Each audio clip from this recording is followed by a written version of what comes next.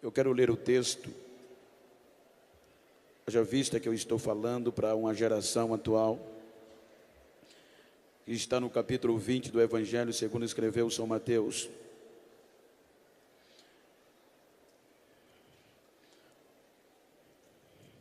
Palavras expressas dos lábios de Jesus, quando Mateus registra este acontecimento. O texto está escrito: porque o reino dos céus é semelhante a um homem pai de família, que saiu de madrugada a salariar trabalhadores para a sua vinha, e ajustando com os trabalhadores a 1 denário por dia, mandou-os para a sua vinha. E saindo perto da hora terceira, viu outros que estavam ociosos na praça, e disse-lhes: ide vós também para a vinha, e dai-vos-eis o que for justo. E eles foram. Saindo outra vez perto da hora sexta e nona, fez o mesmo.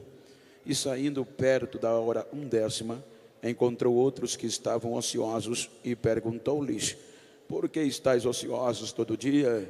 Disseram-lhe eles: porque ninguém nos assalariou. Diz ele: ide vós também para a minha vinha, e dai-vos-eis o que for justo. Amém? Aqueles que puderem, tornem os vossos assentos, se assim for possível.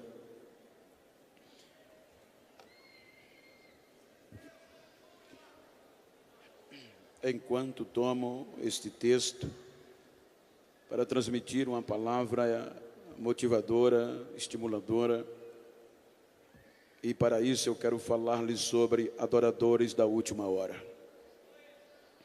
Os desafios que nos afrontam e nos confrontam nestes últimos tempos. Quando nós observamos o texto e o seu contexto, a Bíblia nos mostra que depois de uma recusa, de uma proposta recusada por um jovem denominado de jovem rico, então houve questionamentos dos discípulos para com Jesus. Então Jesus conforta os discípulos acerca desta chamada. Então é quando Jesus registra Mateus, ele expressa alguns pormenores. Pormenores estes que os seus ouvintes sabiam do que eles estavam falando. Se nós observarmos, a economia, na sua maior parte da época, girava-se em torno da pecuária e da agricultura. Então, o que Jesus está mencionando, ele está tomando os 5 períodos de um dia, em um contexto de um calendário normal, para explicitar os desafios e a história que nos trouxe aqui. Se nós observarmos, vejam que ele menciona 5 horários, e nós sabemos que no contexto da época, o dia judaico era contado de 6 da manhã às 6 da tarde. Portanto, Jesus apresenta a princípio o horário da madrugada. Ele mostra aos seus discípulos que aqueles que deixaram pai, mãe, filho, mulher, esposo por amor a ele, nunca seriam decepcionados acerca das recompensas, porque um dos apóstolos perguntou ao Senhor: nós que deixamos tudo para te seguirmos, o que ganharemos? Então ele disse: nesta vida 100 vezes tanto, e ainda extra a vida eterna.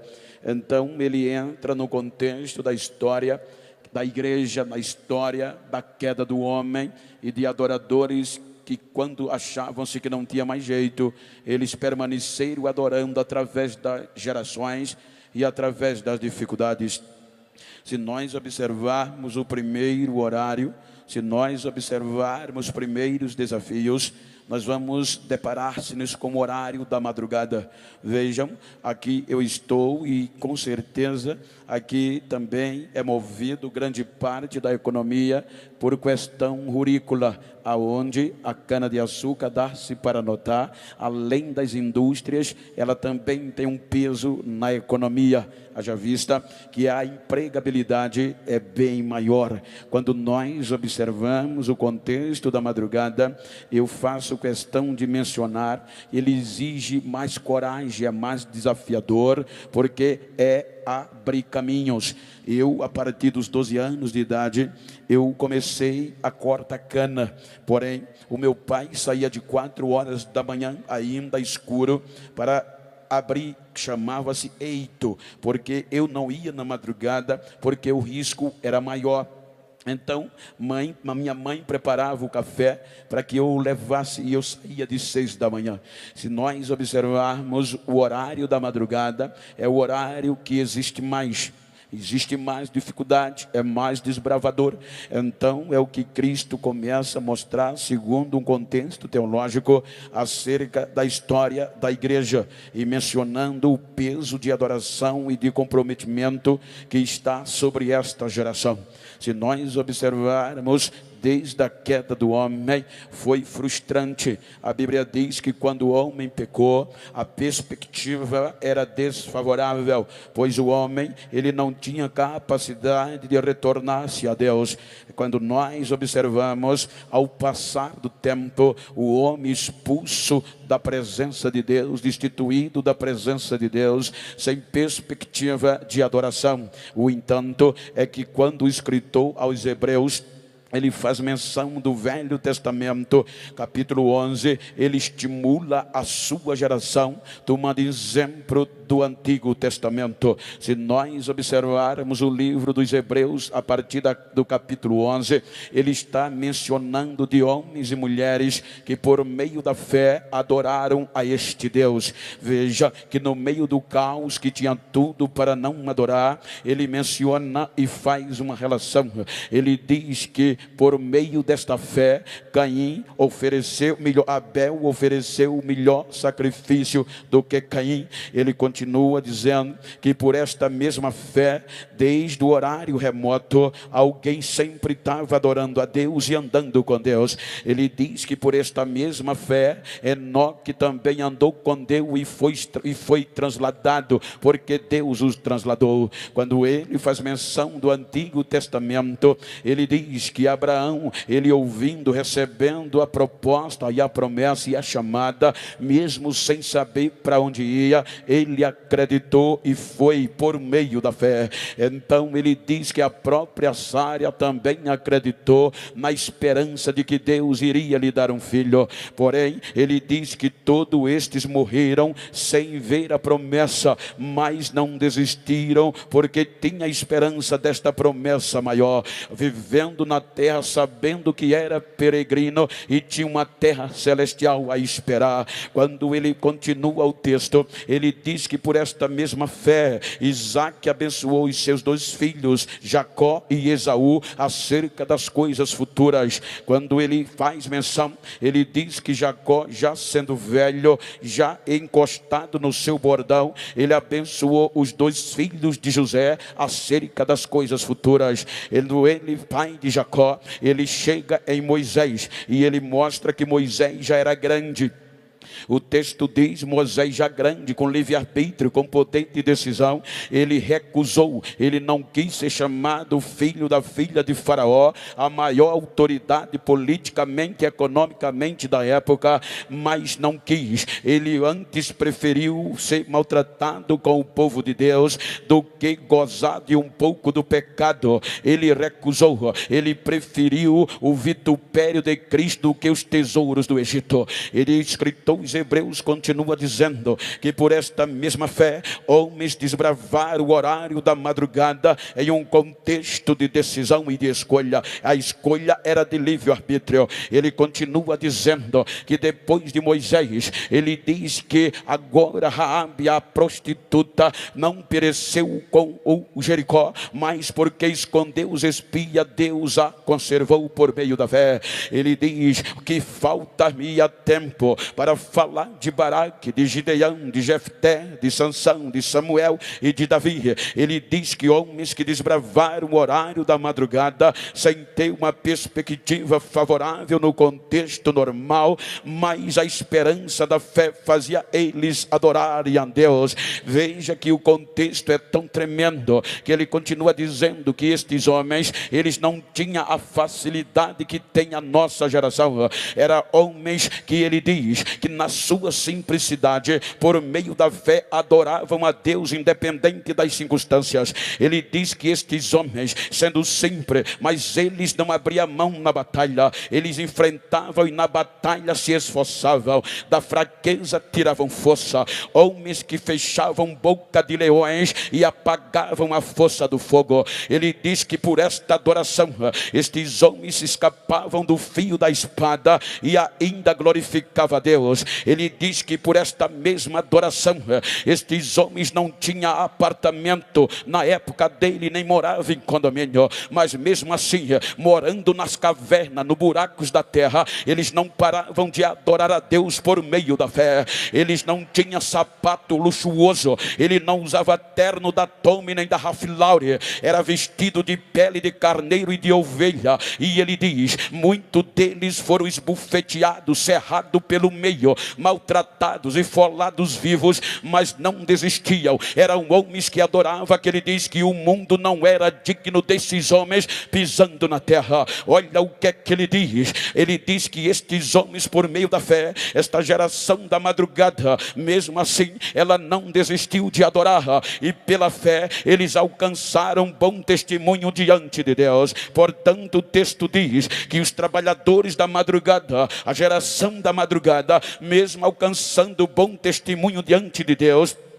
ainda não entraram na promessa. Por quê, pastor? Porque o próprio Deus não permitiu que eles entrassem sem a gente, sem uma geração futura, porque Deus tinha coisa maior e melhores para a nossa geração. Então os trabalhadores da madrugada, veja que o último trabalhador da madrugada se chama Malaquias, na base do Antigo Testamento, e Malaquias termina a profecia dele, anunciando que o sol ia nascer, viria dias de ajuste e de conserto. Olha o que é que ele diz no capítulo 4: o dia do Senhor virá, e ele virá terrivelmente. Ele virá como um fogo devorador.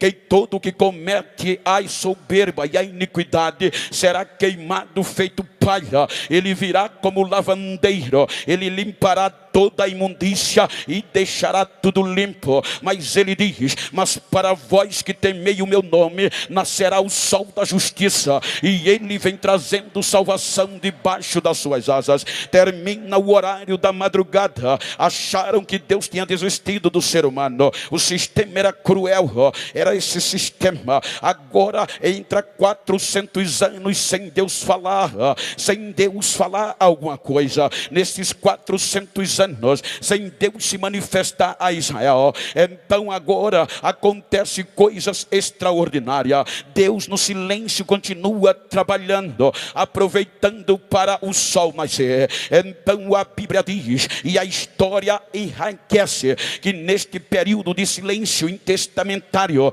de 400 anos, a coisa mudou no mundo antigo. O Império Grego Macedônio, liderado por Alexandre o Grande, ele helenizou todo o mundo antigo. Haja vista que Alexandre foi um grande conquistador, e como agora o grego, a língua principal de todo mundo. Mas agora Deus trabalha no berço cultural através de Alexandre o Grande. Quando Alexandre o Grande heleniza todo aquele mundo com a língua grega, então vem o Império Romano, o mais forte império que já existiu. O Império Romano subjuga o Império Grego Macedônio no momento do silêncio entre a madrugada e o nascer do sol. Porém, agora os romanos subjugam o Grego Macedônio e liberta das guerras, porque as guerras eram constantes, e por meio da Pax Romana a paz estabeleceu. Quando a paz reinava, quando o mundo estava calmo,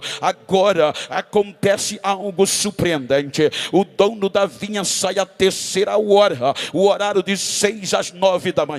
E quem é que aparece? Agora Deus resolve começar o reconhecimento. A Bíblia diz que apareceu no YouTube um certo pregador, apareceu no Facebook um certo pregador. Não, a Bíblia diz que apareceu no deserto da Judeia João Batista pregando o evangelho de arrependimento. João Batista entra dizendo: arrependei-vos e creide no evangelho, porque o machado já está posto à raiz da árvore. Aqueles que não produzirem frutos dignos de arrependimentos serão cortados e jogados no fogo. João Batista entra no anonimato, e é nesta última hora, quem crê comigo que Deus não depende de modernidade, de YouTube, de Facebook, quem crê comigo que Deus ainda levanta uma geração no meio do deserto para fazer a diferença. Então João Batista entra. Imagina, se fosse Genival Bento, eu queria começar dentro de Jerusalém,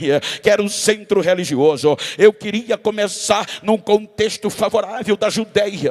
Agora João Batista começa no deserto. Amados, a unção é quem faz a diferença. Ora, João Batista pregava no deserto, descalço. O sandália era de couro, não tinha sapato brilhoso. O terno era raquinho, era feito de pele de animal, um cinto de ouro. Ele pregava com tanta autoridade que agora ele impacta o palácio, o sistema. Então, dentro deste contexto, as pessoas eram quem saía de Jerusalém por causa de um adorador que estava pregando no deserto. A adoração a Deus faz isso. Ela faz a comunidade sair da cidade para ir para o deserto. E quando as pessoas chegavam no deserto, já chegavam clamando. Aí ele gritava: raça de víbora, quem vos ensinou a fugir da ira vindoura? E as pessoas acreditavam e eram batizadas por ele no Rio Jordão. Aí o sistema disse: vamos acabar com ele, vamos acabar, vamos tirar, porque neste meio de 400 anos os irmãos hão de convir que agora levantou-se um grupo forte dentro dos judeus, chamado de fariseus. Era o mais alto grupo intelectual de elite do povo de Deus. Foram os fariseus, formado de gente graúda, formada de personalidade do conhecimento. Criaram a lei oral, o Talmud. Eles agora defendiam a lei escrita e a lei oral. A lei oral era que os fariseus ensinavam as tradições ao povo de Israel. O que eu acho lindo é que a história diz que agora cada mestre deste tinha um talmidim.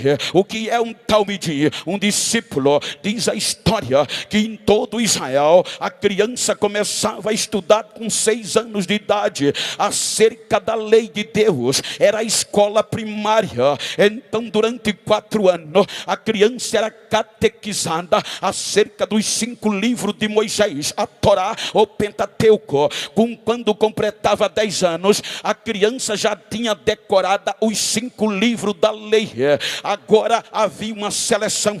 Só os inteligentes continuavam, e aqueles que não tinham perspectiva voltavam para casa para aprender uma profissão da família. Agora os inteligentes estudavam de 10 a 14, estudavam agora em forma de decorar os livros históricos, proféticos e os livros de sabedoria. Quando eles completavam 15, 14 anos, eles já tinham decorados os 5 livros da lei e estes outros que eu mencionei. Aí havia outra seleção, do 14 aos 15, era quem que chamava os talmudins, porque agora cada líder, cada rabi dos fariseus tinha um grupo de talmidim, de discípulos, de seguidores. Havia um dito em Israel que as pessoas diziam para os talmudins, para os pequenos discípulos: vocês têm que se cobrir com a poeira dos pés dos vossos discípulos, do vosso rabi, do vosso mestre. Isso implica dizer, cada talmudim tinha que olhar o que o seu mestre fazia, dizia e o que ele se comportava, não para fazer o que eles faziam, mas para ser um deles. Então foi neste contexto que agora João Batista é preso. O ignorante, ele é preso e o rei decapita ele. Agora vem Jesus. A Bíblia diz que neste horário da terceira hora, em uma linhagem cronológica dos acontecimentos, aí a Bíblia diz que quando Jesus soube que João estava preso, ele começa a pregar o evangelho. E olha que Jesus começa com 29 anos. Ele já tinha passado por todo este treinamento e esta leitura. Ou seja, Jesus já despertou. Quando ele completou 10 anos, ele já tinha a lei decorada como judeu. Ele foi selecionado como inteligente e continuou. O que chamou a atenção, o que ele fez que nenhum fez, é que com 12 anos foi sabatinado. Então a Bíblia diz que ele já tinha toda a Bíblia decorada e ainda ensinava os doutores, os escribas, que arregalaram os olhos, que tanto vem tanta sabedoria. Quando ele completa 29 anos, ele já era mais inteligente do que os inteligentes dos inteligentes. Não é à toa, irmãos, que os fariseus respeitavam ele. Vejam que até os fariseus o chamavam de mestre. O próprio Simão chamava ele de mestre. Não era fácil chegar em Jerusalém e fazer o que ele fez, a não ser que não fosse respeitado. Ele saía lá na beira do mar e começou a juntar os seus talmidins, os seus discípulos, para aprender aos pés dele. Era honra para qualquer homem e qualquer jovem ser escolhido pelo mestre dentro de Israel. Por isso que eles deixavam emprego, deixavam a rede, largava tudo para aprender. Era honra acima de todas as honras. Mas Jesus entra combatendo, porque os talmudins dos fariseus e os próprios fariseus ensinavam, mas não cumpria. Eles colocavam carga nos talmudins que ninguém podia suportar. Os fariseus, os mestres judeus, eles estavam preocupados com o exterior e não para o exterior. Então Jesus bate de frente quando disse: vocês estão errados, vocês parecem uma sepultura, por fora é bonitinho, mas por dentro estão apodrecidos. Vocês estão botando carga no povo que não pode cumprir. Ele olha para os seus e diz: então vinde a mim, todos vós que estão cansados e oprimidos, e eu vos aliviarei. Aprendei de mim que o meu fardo é manso, é leve. Então Jesus vai chamando os seus discípulos e dizendo que os fardos dos mestres fariseus eram pesados demais, mas ele vem arrebentando. Ele agora começa com os seus discípulos dentro do horário da terceira hora. Vejam o que é que ele faz. Ele impacta o sistema. O sistema era corrompido, o sistema era interesseiro, o sistema tinha conflito de interesses. Aí Jesus chega pregando e cumprindo o que ninguém tinha cumprido. O sistema dizia: tem que ir visitar o leprosário, mas eles não iam. Tem que ajudar o enfermo, mas eles viravam as costas. Veja a parábola do bom samaritano. Eram os sacerdotes, eram os mestres que passavam de longe. Só que Jesus agora, como mestre, ensinava os seus talmidins, os seus discípulos, de forma diferente. Ele chegava para ensinar. Ele não só pregava no santuário, ele chegava na beira do tanque, aonde só tinha doente, e começava a pregar, começava a falar. E quando ia terminando, olhava para o enfermo e dizia: queres ser curado hoje? O caba dizia: quero. Levanta, vai para casa, pega a tua cama, se manda daqui, seja curado. Quando ele ia para o leprosário,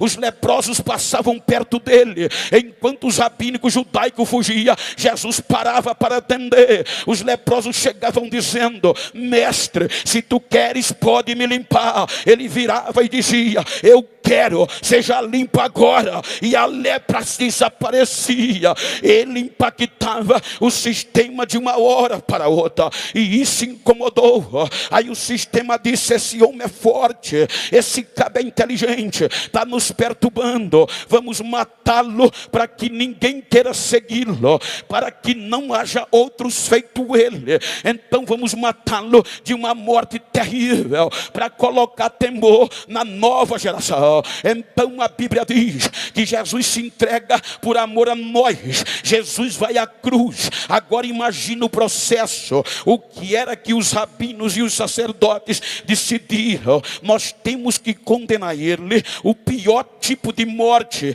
Para quê? Para que não haja ninguém depois dele, para que todos desistam. Então Jesus vai ser julgado à noite, quando ele já era errado, já era contra a lei, julgá-lo à noite. E se ele tinha direito à defesa, mas nem isso deram a ele. Até meia-noite não encontraram condição de condená-lo à morte de cruz. Então veio as alegações, perguntaram a ele: você é filho de Deus? Ele disse: eu sou. Aí o sacerdote disse: blasfemou, esse é culpado. Aí na madrugada ele vai ser julgado na casa de Caifás, o sacerdote em exercício. Quando ele está sendo julgado, aí o sacerdote comete uma corrupção, se torna um corruptor. O que é que ele faz? A Bíblia diz que ele procura pessoas, oferece muito dinheiro para acusar Jesus de pecado, mas a Bíblia diz que passaram a madrugada todinha e não encontraram ninguém que testificasse contra o Rabi da Galileia, contra o Jesus da igreja. Então raia o dia, volta para o Sinédrio, e o Sinédrio era composto de rabino, era escriba, era sacerdotes e sumo sacerdote. Não tem outra acusação.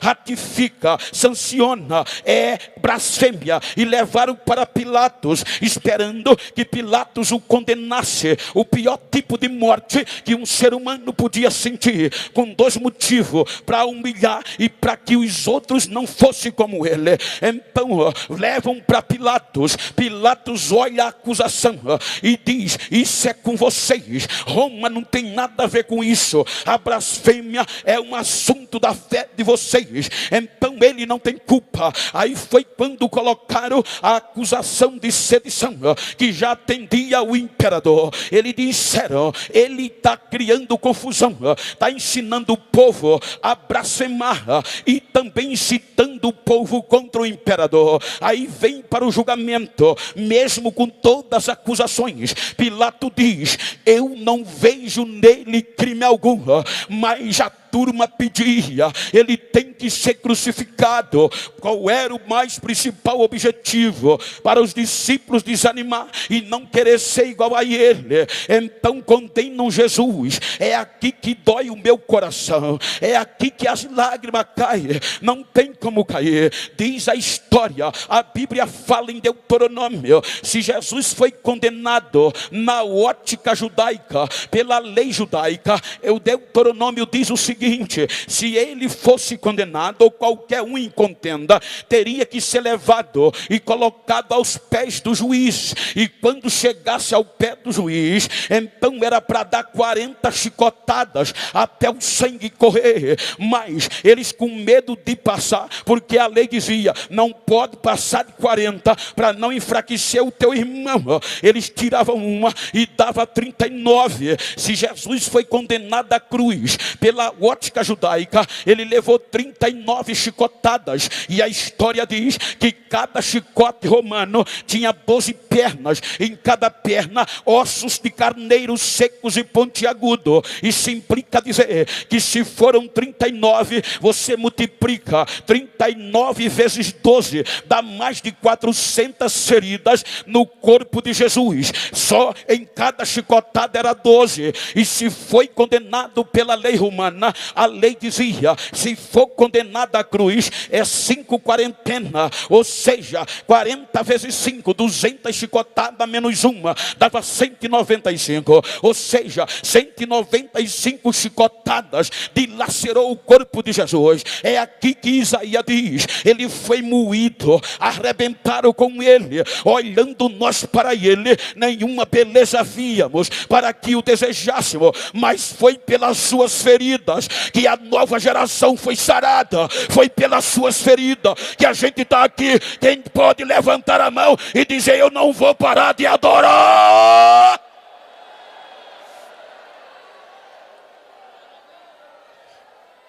Levam ele à cruz, achando que terminou o horário das 3h. Colocam ele na cruz. Acabou. Com este tipo de morte, ninguém vai querer ser como ele foi. Os seus, diz, os seus discípulos vão desistir. Só que eles não sabiam, tinham medo.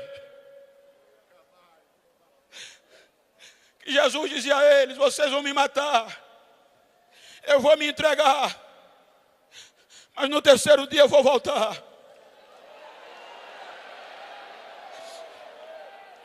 Crucificam Jesus, coloca num túmulo novo, põe a pedra fechando a porta da entrada do túmulo, lacra com o selo real, e ainda com medo, vão para o governador.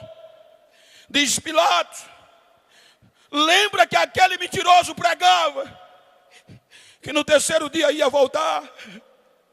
Coloca soldados 24 horas tomando conta do sepulcro. Pilatos disse: é com vocês. Pegaram escoltas de soldados experientes, expertos, tropa de elite, e colocaram na porta do sepulcro para os discípulos não virem roubar o corpo. Passa sexta-feira,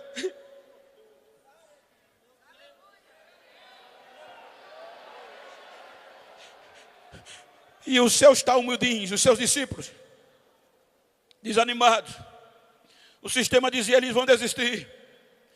E eles diziam: pensávamos que era ele, que fosse redimir Israel. Chega o sábado, vou pescar.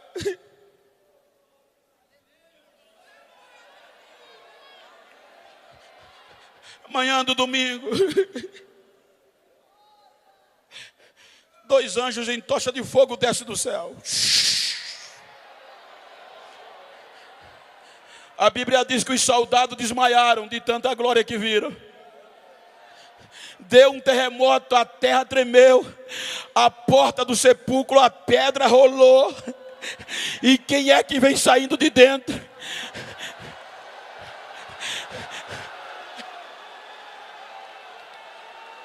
O pregador voltou, o mestre voltou. Aí Maria já ia embalsamar. Quando Maria viu aquilo, gritou: Raboni, meu mestre, Raboni, sou eu mesmo. Ele está vivo, ele já voltou, ele ressuscitou, ele ressuscitou.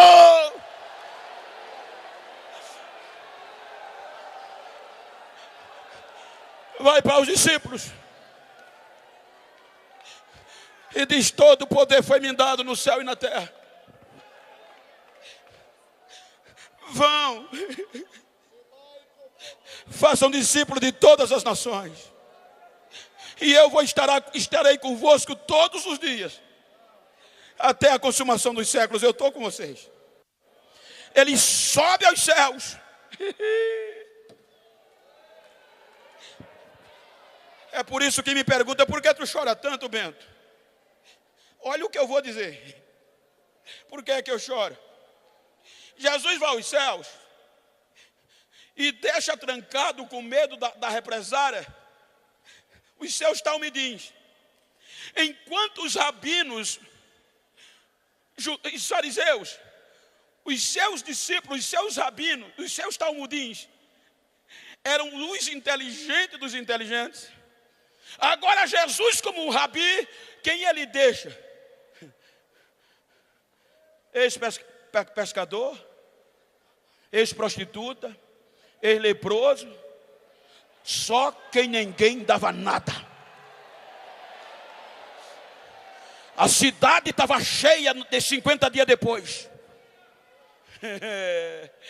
Quem é que está lá dentro? Olhe com todo respeito, estude.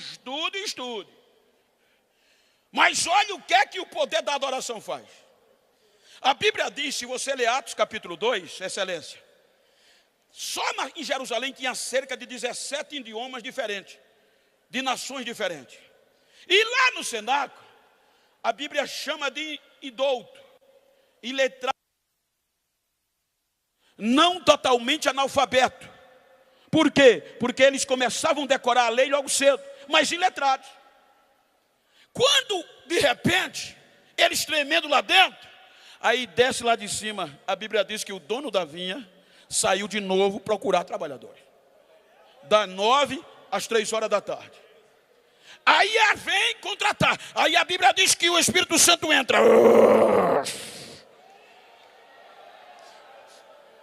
Aí aquele grupo de semi-analfabeto começa a falar línguas dos países que estavam lá dentro.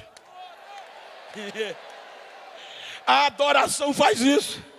Aí perturbou a cidade, que Lucas era um epígrafo de primeira. Ele era formado, era um acadêmico de primeira. Aí Lucas é capaz de escrever e dizer que o que assustou a multidão, está escrito, é que eles disseram: olha, não só tem gente iletrada ali dentro, seguidores do Rabi da Galileia, e como a gente está ouvindo ele falarem na nossa própria língua? Que negócio é esse? Aí correram para lá. Quando chegaram na porta, o Espírito Santo derramou uma língua repartida como de fogo. Aí o negócio pegou lá dentro. Aí disseram: tão bêbado. Não é milagre não, tão bêbado. Agora Pedro, cheio de autoridade, sem anel no dedo, sem diploma pregado na parede,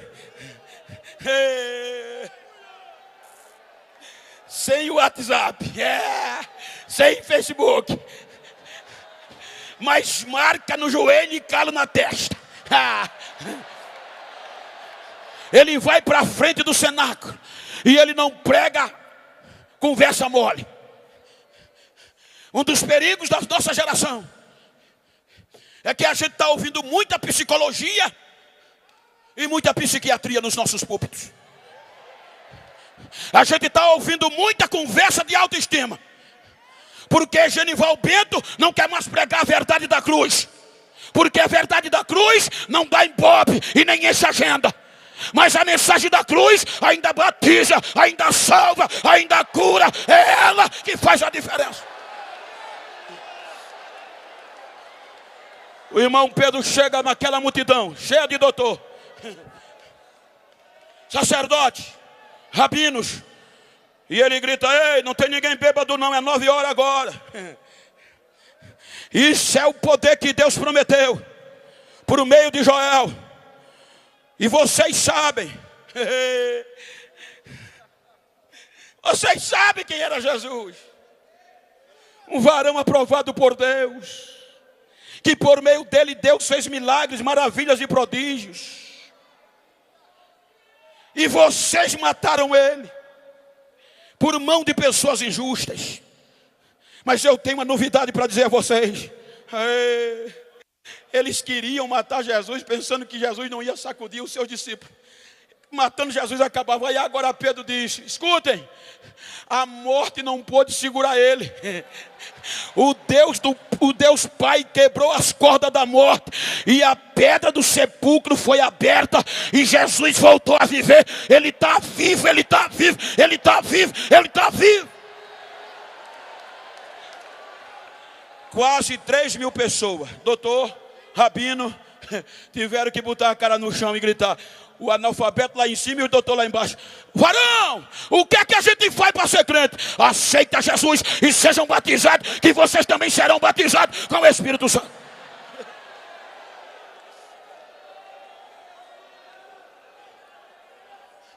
A segunda pregação é linda. Não precisou palavras.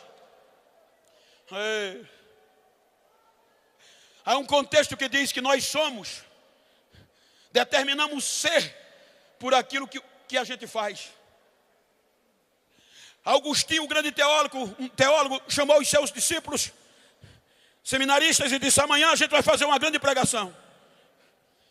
E eles se prepararam a noite toda. No outro dia foram prontos para pregar. Entraram na cidade e saíram em silêncio. Aí disseram: mestre, por que a gente não pregou? Hoje vocês fizeram a maior pregação que vocês podem fazer na vida, o testemunho de vocês. Hoje a gente está indo muito na onda de YouTube.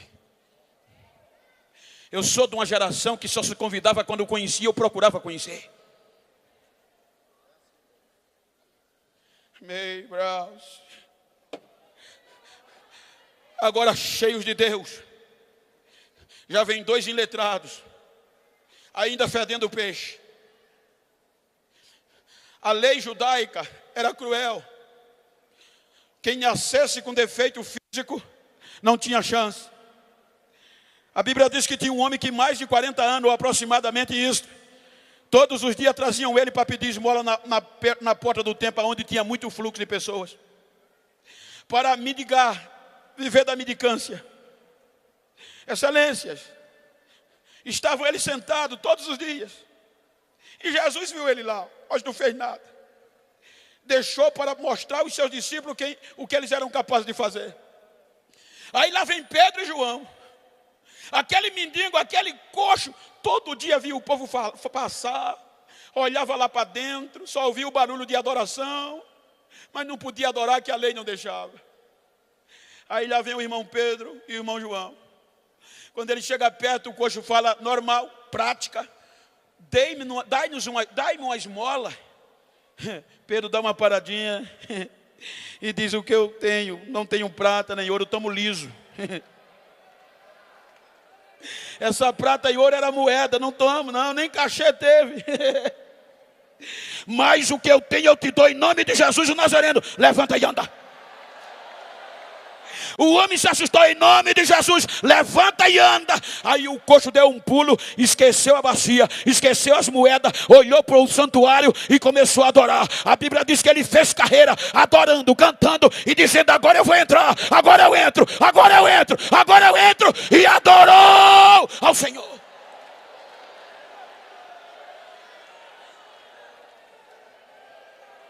Quem sustentava aqueles irmãos? Eles pregavam com a vida, adoravam, independente das circunstâncias. Quem se convertia não queria mais voltar para casa, esperando Jesus voltar. A história diz, excelência, que o arrebatamento era tão vivido que os irmãos adoravam dia e noite. Diz a história que havia um edito por parte de César, que todos os residentes da sua jurisdição tinha que reverenciá-lo, e era todo dia. Me ajuda aqui, Samuel, só para vocês terem uma ideia. Me ajuda aqui, Oséias. A história diz que, independente de qualquer coisa, quando alguém na jurisdição de César encontrava o outro, tinha que reverenciar César no grego, que era o que predominava, dizendo Sekirion, que no grego quer dizer César é o Senhor. O outro dizia Sekirion, César é o Senhor, e passavam pelo outro. Agora o fogo caindo, a Bíblia diz que os crentes não precisavam andar atrás de milagres, porque eram os milagres que andavam atrás do crente, seguindo. E quem segue vem atrás. Os milagres seguiam aqueles que acreditavam. Fica aí. Agora o fogo caindo, Jesus salvando todo dia e batizando com o Espírito Santo, e a esperança do arrebatamento era real. Aí quando um crente encontrava o outro, não aguentava, já vinha pipocando, esquecia de César, esquecia da reverência a César, e já esperava Jesus, apertava a mão e gritava: Maranata, meu irmão. O outro dizia: Maranata, ele vem, ele vem, ele vem.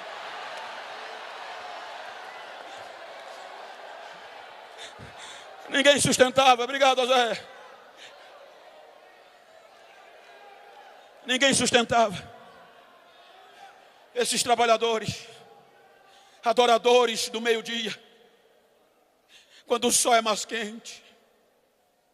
Eu vou dizer o que vocês já ouviram. Eu estou pregando para uma nova geração. Esses irmãos adoravam tanto. Eles adoravam na terra, na água e no fogo. Eu fui pregar num congresso missionário na Suíça. E depois um pastor da Itália veio me pegar para pregar na cidade de Turim. E aquele culto foi tão maravilhoso que no outro dia ele disse: eu vou fazer você voltar para o Brasil mais crente do que o que chegou. E começou a andar comigo aonde essa igreja fez história. Eu chorava. Ele dizia: Geno, ninguém parava os irmãos. Era barulho de glória ensurdecedor. A adoração era primazia. O arrebatamento era o foco principal. Os irmãos eram presos para desistirem. Os irmãos eram torturados para desistirem. Mas não desistiam. Não desistia. Ele disse: Bento, o imperador, com tanto ódio, Porque agora os cristãos já não adoravam mais o imperador. O rei dos judeus agora era Jesus. Aí ele disse: eu vou acabar com essa raça. Esse monte de adoradores vão sumir. E investiu o que pôde para acabar com a igreja. Tirar a adoração da igreja. Fez um tacho bem grande. Encheu de azeite inflamável. Reuniu adeptos para provar que Jesus morreu.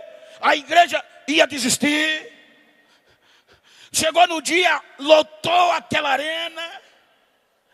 As pessoas ovacionavam o imperador pelo feito eminente.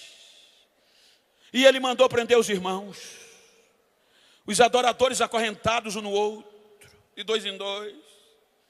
Quando os adoradores adoravam com as correntes, o imperador deu ordem: jogue fogo no tacho. O fogo foi aceso e o azeite fervia. Ele olha para os soldados e diz: pegue de dois em dois e jogue dentro. Se eles não desistirem, jogue de dois em dois.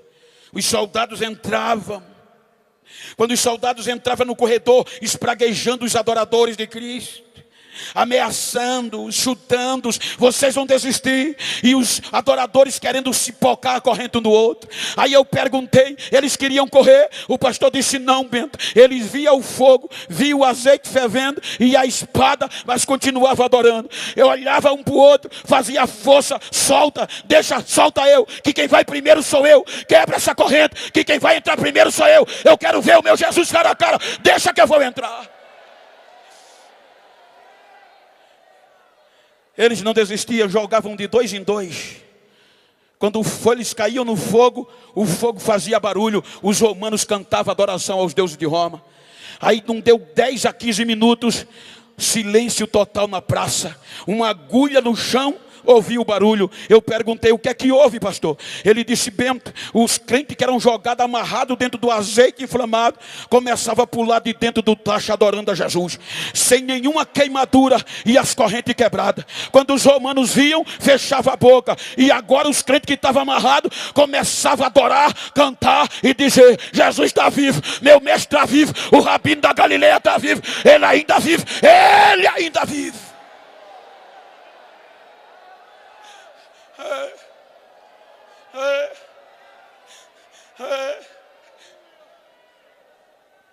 Eles não desistiam. Adoradores do meio-dia. O que eu acho lindo é que a Bíblia diz que o dono da vinha sai a 1/10 hora, 5 horas da tarde. Ei, pode olhar o que os 4 primeiros horários era comum. O dono da vinha sair com um contrato na mão. Pode olhar que ele ia com contrato.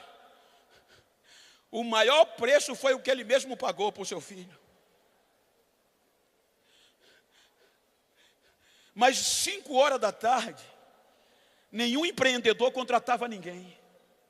Porque eles só iam para a praça para o resumo final. Porque contratar uma pessoa faltando 1 hora, o encargo era o mesmo de quem começou.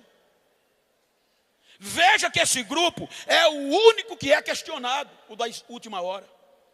Quando ele chega na praça, ele pergunta: por que vocês ainda estão aqui, desocupados, 5 horas da tarde? Sabe o que é que aquele grupo diz? Ninguém acreditou em nós. Nós não temos merecimentos para trabalhar na vinha de ninguém. Ei, olha a coragem do dono da vinha. Ele diz: vão vocês também para a minha vinha, e eu darei a vocês o que for justo.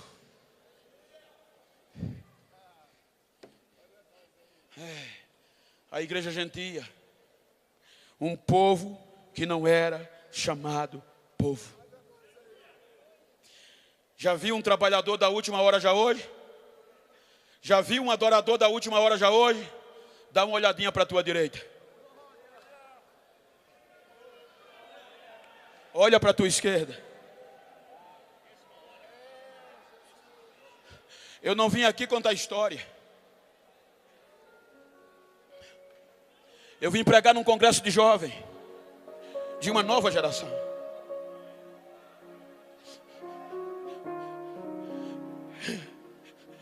Eu não vim aqui preocupado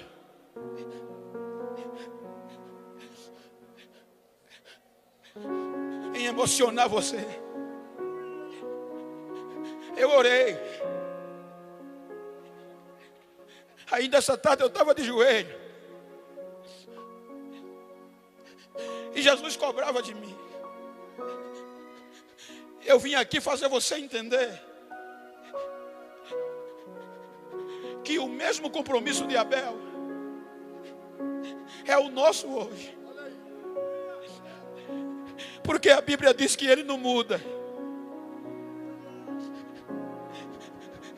A modernidade é muito boa, mas está acabando com a gente. A gente já não tem tempo de adorar como antes.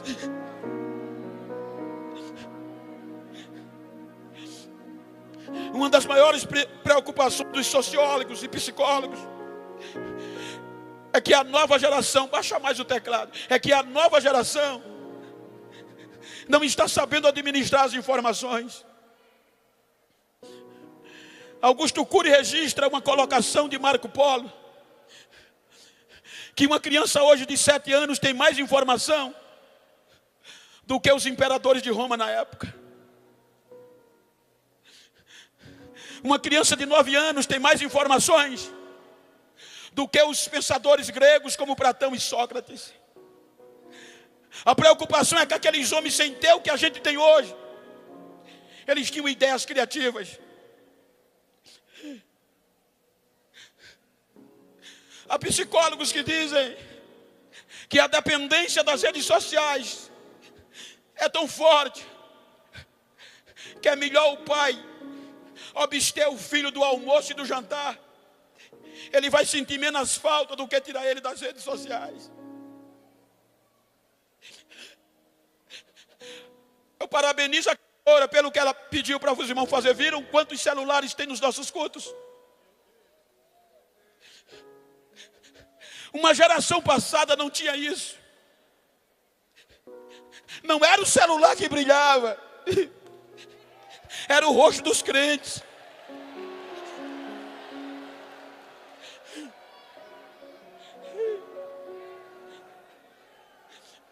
Quando eu lembro de alguns trabalhadores da última hora, eu choro, pastor. Homens que se dedicaram jovens, independente de tudo, começavam logo na adolescência, compromisso com Deus. Quando eu me lembro, Charlie Finney, um jovem que predispôs ser cheio do Espírito Santo. Ele vivia tão cheio que quando chegava nas fábricas, começava a pregar, as máquinas paravam, porque o povo deixava o trabalho e eram tomados pelo poder do Espírito Santo. Quando eu me lembro de Spurgeon, o jovem que pregava um sermão e passava 3 dias deitado, sem poder levantar, porque o joelho inchava, o calcanhar inchava por conta da gota úrica, e ele não parava. Assim que desinchava, voltava para o púlpito de novo. O que fazia esses jovens não pararem? Quando eu me lembro de D.L. Moody, o jovem pobre, consertava sapato para ajudar nas despesas da casa. Um certo dia ele ouviu a mensagem: quem quer ser um adorador? E um pregador de alma, salvo engano, de Spurgeon. E ele disse: eu vou para frente. E foi para frente. E disse: Senhor, todos os dias eu vou ganhar uma alma para o Senhor. Um jovem trabalhava consertando sapato, e todos os dias ele ganhava uma alma para Jesus. No final da semana, pegava cada um e levava para a escola bíblica. Diz a biografia que em poucos meses a escola bíblica se tornou a maior escola da cidade. Chegou um dia que ele não orou por ninguém e ele não se conformou. Ele vai para a rua, senta no meio-fio e começa a chorar, porque não ganhou uma alma para Jesus. Aí a polícia vem com 4 soldados, encontra ele e filho, o que é que você está chorando? Eu prometi ao meu Senhor que todos os dias ia ganhar uma alma para ele, e hoje ainda não orei. Em lágrimas. O soldado deu um tapinha nas costas e disse: não precisa chorar, vá para casa, amanhã você ora. Mas ele continuou chorando. A patrulha saiu, fez o primeiro quarteirão, o segundo quarteirão. Quando chegou no segundo quarteirão, os soldados começaram a chorar dentro do carro. O que é que está acontecendo? Foi depois que a gente encontrou aquele jovem. Aí os 4 começaram a chorar. Volta lá, volta lá. Quando voltaram, Mudo ainda estava sentado chorando. Eles já desceram do carro gritando: para de chorar, para de chorar. A gente quer aceitar o teu Jesus como Salvador da nossa alma.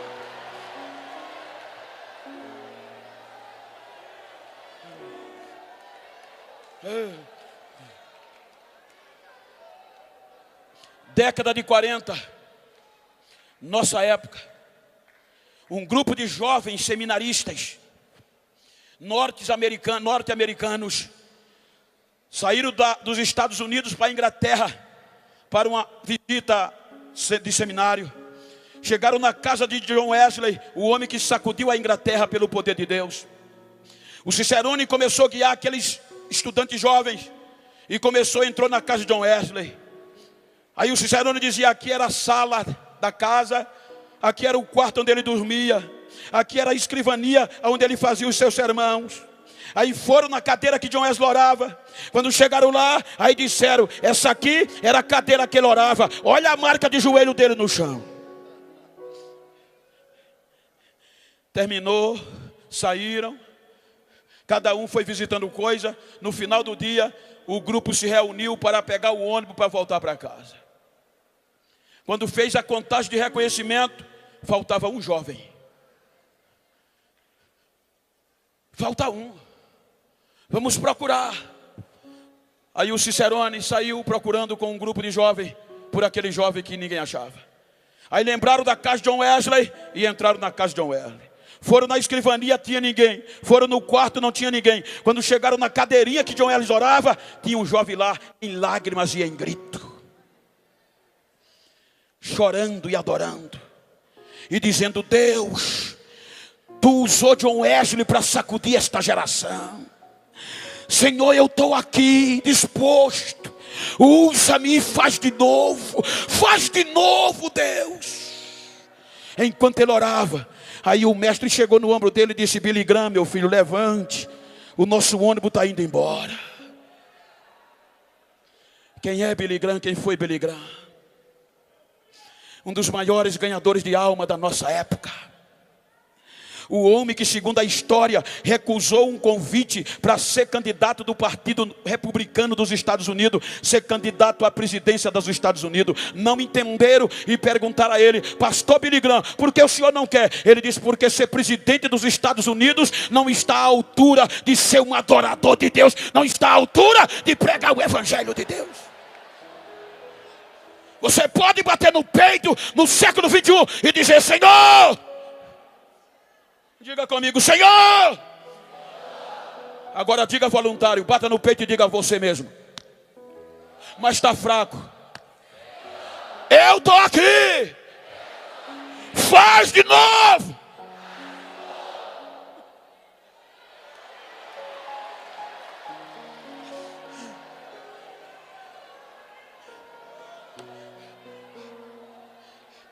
Chegou o século 21. O século da pós-modernidade. O século da facilidade. Eu não sou saudosista, mas às vezes dá saudade. O culto já começava quando a gente saía de casa. As lágrimas já saíam correndo. Não tinha pregador famoso, nem cantor famoso. Não precisava de ninguém depositar cachê para ninguém. A palavra valia, o caráter era o que valia. Não tinha ninguém com disco de ouro gravado. E queira Deus que todos tenham. Mas a adoração era tão forte, gente, que no hino da harpa Jesus começava a batizar com o Espírito Santo. No hino da harpa via dizendo: olha, Jesus está batizando ali, ó. Olha o fogo caindo ali, ó. Os nossos congressos terminavam debaixo de tanta glória. Porque, como foi dito aqui, a gente não esperava de cantor e de pregador. Os nossos cultos, os nossos adolescentes sapateavam, as nossas crianças embolavam nas nossas igrejas, os nossos jovens ninguém sustentava. Quantas noites terminava o culto e eles não podiam ficar de pé, o mistério, o fogo caindo. O pastor dizia: Bento, o que é que a gente faz? Pastor, sei não, apaga a luz da igreja para ver se eles param. Apagava a luz, aí era que o fogo pegava. O que é que a gente faz? Bota no carro de mão, leva nas costas. Era a gente andando com os carros de mão, cheio de crente falando em língua nas costas, e os não crentes correndo atrás. Eu quero ser crente, eu quero isso, eu quero isso, eu quero isso.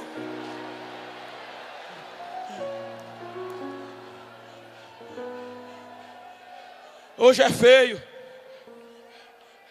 hoje escandaliza.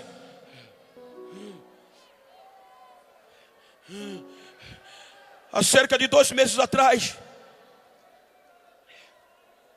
estão querendo sugar, o sistema está querendo nos apagar. Há 2 meses atrás eu recebi uma ligação dos Estados Unidos da América.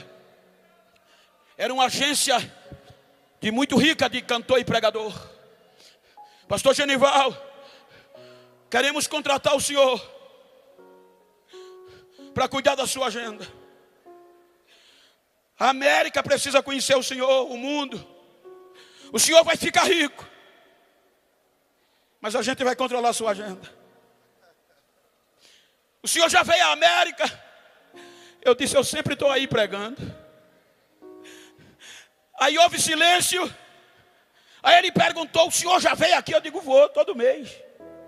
Quem é a sua agência? Eu digo: é maior do que a sua. Quem é o seu agenciador? Eu digo: o nome dele é Jesus de Nazaré. Conhece? Não se venda. Não se venda.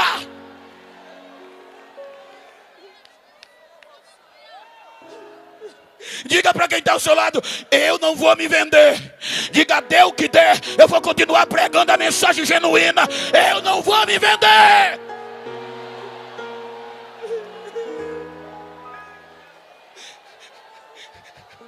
Vieram tentar me calar.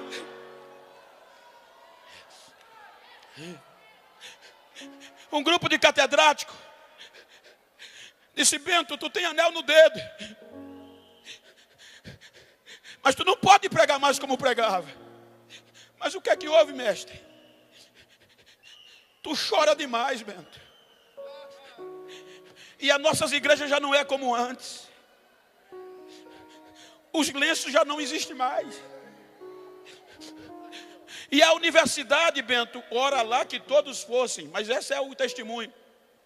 As nossas igrejas estão cheias de universitários e doutores. Oxalá que todos fossem. Eles não entendem, Bento, e é anti-higiênico. Tu está chorando e enxugando o rosto com lenço. Outra coisa, Bento, negativa: para de falar línguas estranhas no microfone. Eles não entendem, Bento, isso era no passado para uma geração de ignorantes.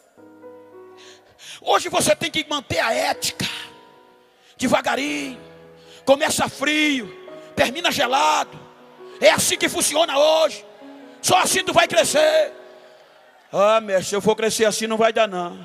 Você não vai mudar não, por quê? Eu sou assembleano. Eu nasci no meio do fogo. Eu vou subir no meio do fogo. Cadê a geração do século 21 que não vai deixar a chama apagar? Cadê a geração de adoradores que vai comigo? Deixa eu ouvir o barulho da Assembleia de Deus. Deixa eu ouvir.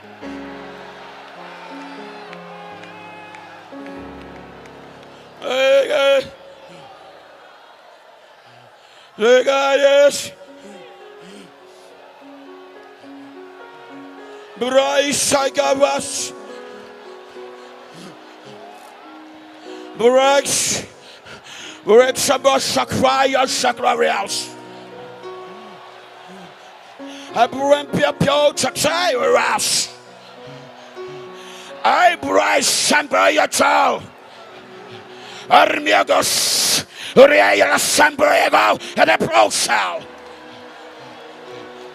Idios. And they are shy of the Laya Sakatai. I'm pro play Kaita Vacilo. Eu estou te dando uma geração poderosa. Eu estou te dando uma geração que vai sacudir esta cidade de lado a lado. Hoje eu estou renovando vidas e chamando para mim.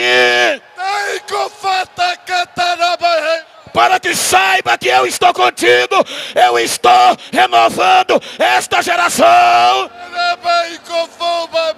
A minha glória está sendo derramada agora, diz o Senhor.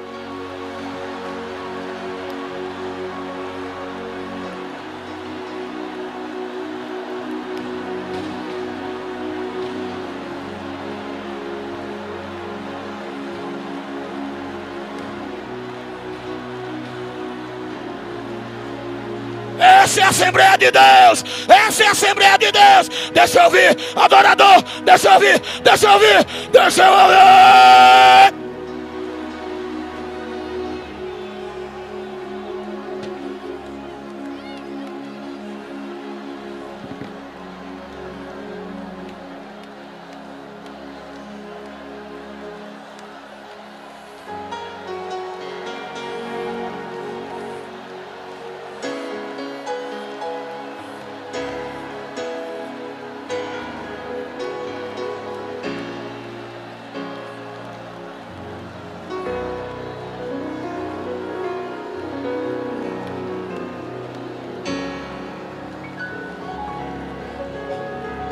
Fica de pé, por favor.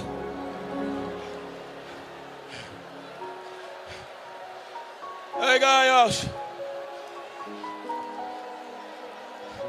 O meu corpo está fervendo aqui.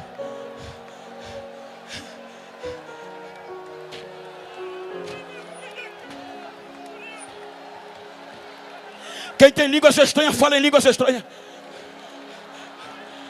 Quem não tem da glória, dá aleluia. Quem não é batizado, recebe agora variedade de língua. Em nome de Jesus, recebe batismo com o Espírito Santo agora. Aonde você está, abre a tua boca e começa a falar novas línguas. Recebe agora.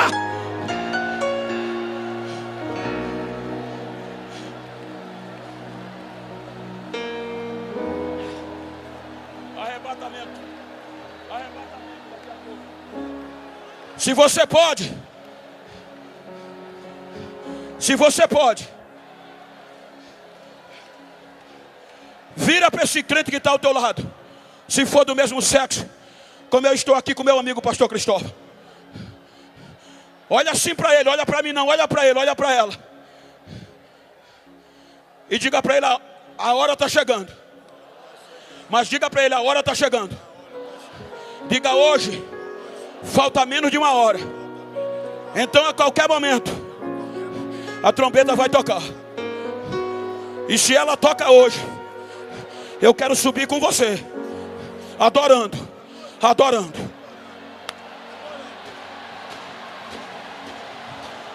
Diga para ele, diga para ela, se a trombeta não toca hoje, eu quero deixar um encontro agendado com você.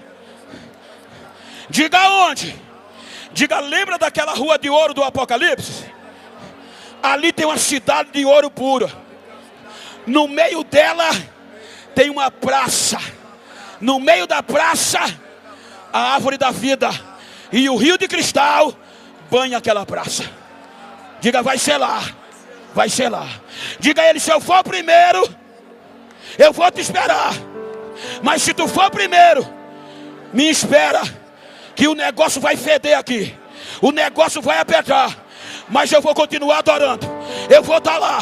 Pergunta a ele, está fechado? Abraça ele e diga: fechado. Eu te vejo lá, fechado.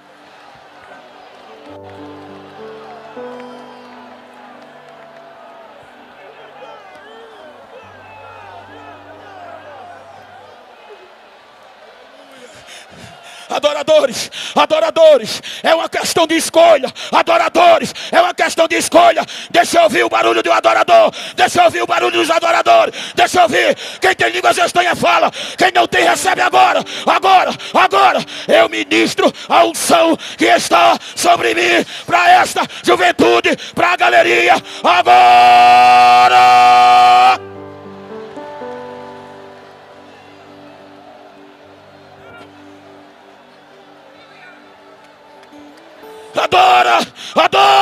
Adora, adorador.